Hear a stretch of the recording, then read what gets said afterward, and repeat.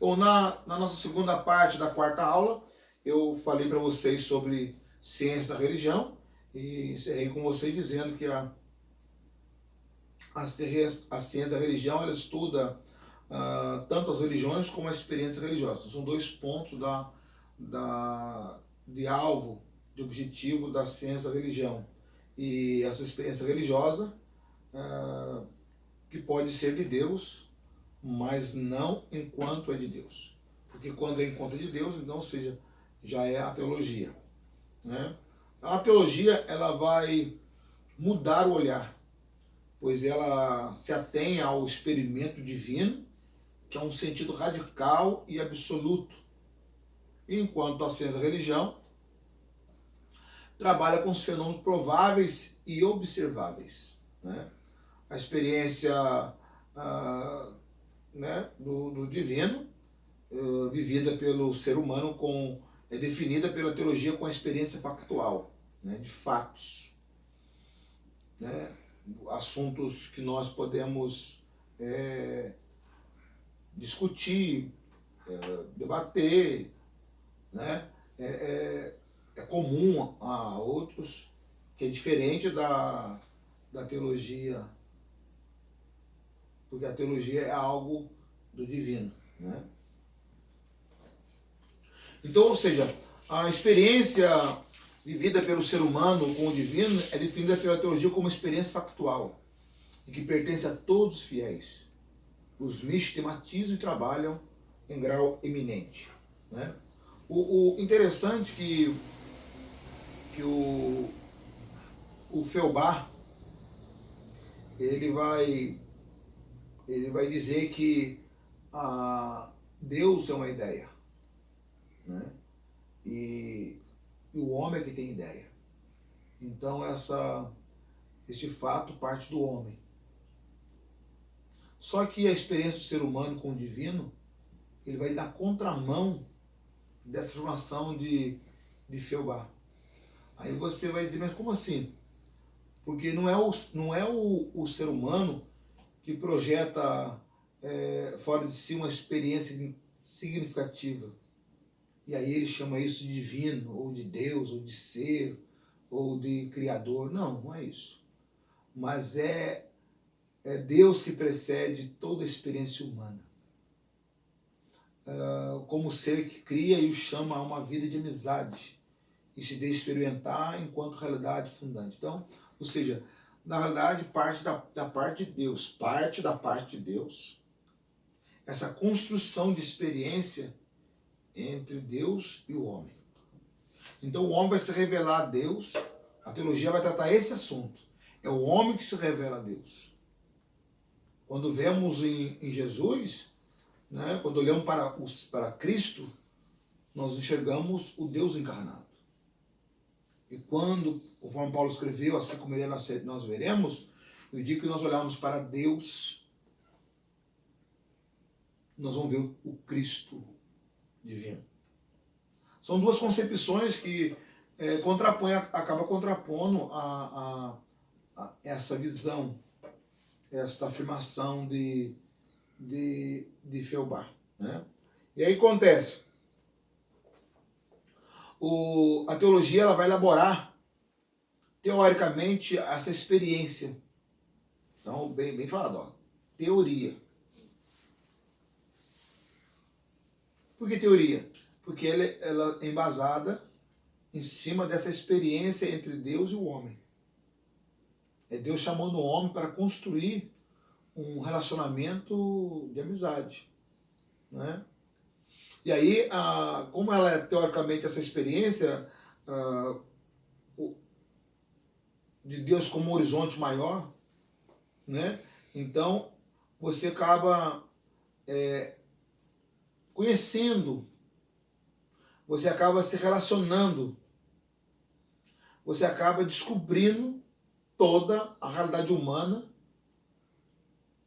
Existe um sentido para tal. Ou seja, existe um sentido para toda a realidade humana. E esse sentido você encontra a partir de que hora? A partir das experiências teóricas né, da teologia, estudada, relacionado pela teologia.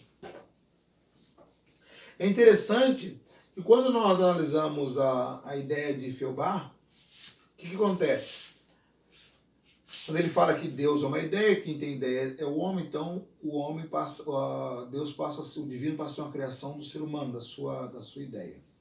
É lógico que eu, particularmente, tenho uma concepção dessa projeção, se eu posso falar, dessa afirmação de Feuerbach, porque eu penso que Feuerbach estava querendo dizer que cada religião ou cada confissão de fé, porque havia na época uma luta, né, entre os protestantes e os luteranos, os calvinistas, os grupos de santidade, né?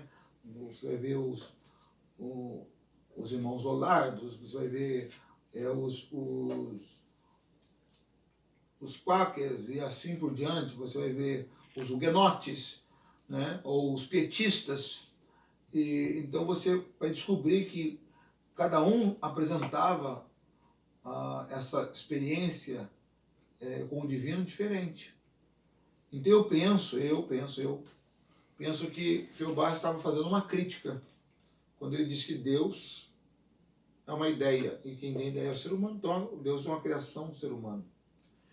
Ou seja, Deus é um ideal do ser humano, ou é idealizado pelo ser humano.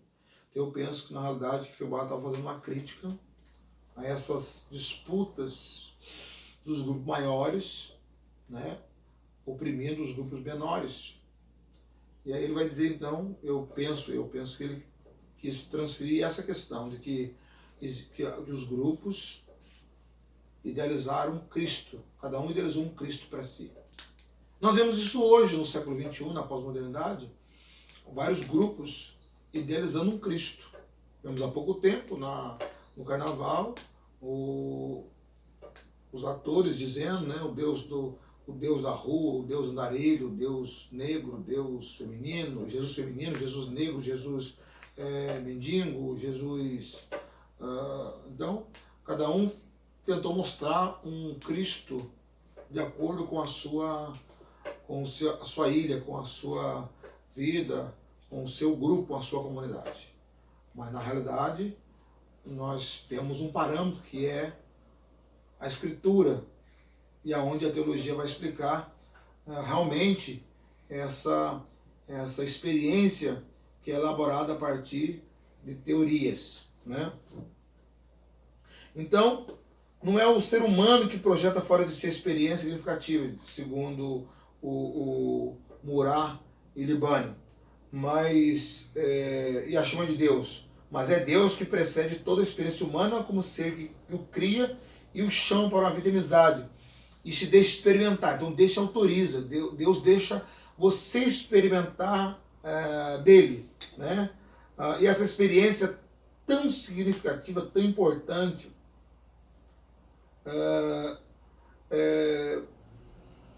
torna-se uma experiência, torna-se uma realidade fundamental.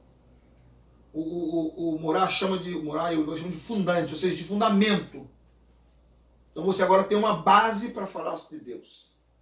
Porque Deus deixou, tudo parte de Deus. Tudo parte de Deus. Então, você precisa compreender essas questões.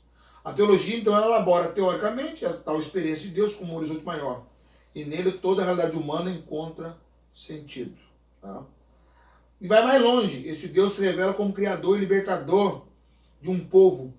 E essa experiência é consignada, né, por testemunhas privilegiadas que a fixaram por escrito e em Cristo. Tal revelação chega à plenitude. Então nós temos o Antigo Testamento todo, desde a de Abraão, quando Deus se apresenta a ele, e com a experiência de Abraão com Deus, vai construindo uma fé. O ápice dessa fé é quando Deus pede o Isaac para ser imolado. E nessa experiência constrói-se uma fé inabalável chamada de justiça. E Deus imputa a justiça nele, chama ele de pai na fé. enfim. Depois nós temos outros e assim sucessivamente. Então, essas questões elas vão sendo construídas. E o ápice dessa experiência, o ápice dessa revelação, ou chamado plenitude da revelação, aí Paulo fala plenitude dos tempos, revela-se Cristo, o Filho de Deus, através de uma experiência entre o homem, entre Deus e o homem, e essa experiência ela é precedida, ela é concedida pelo Senhor Deus. Então nós temos a teologia. Deus abençoe, até a próxima aula.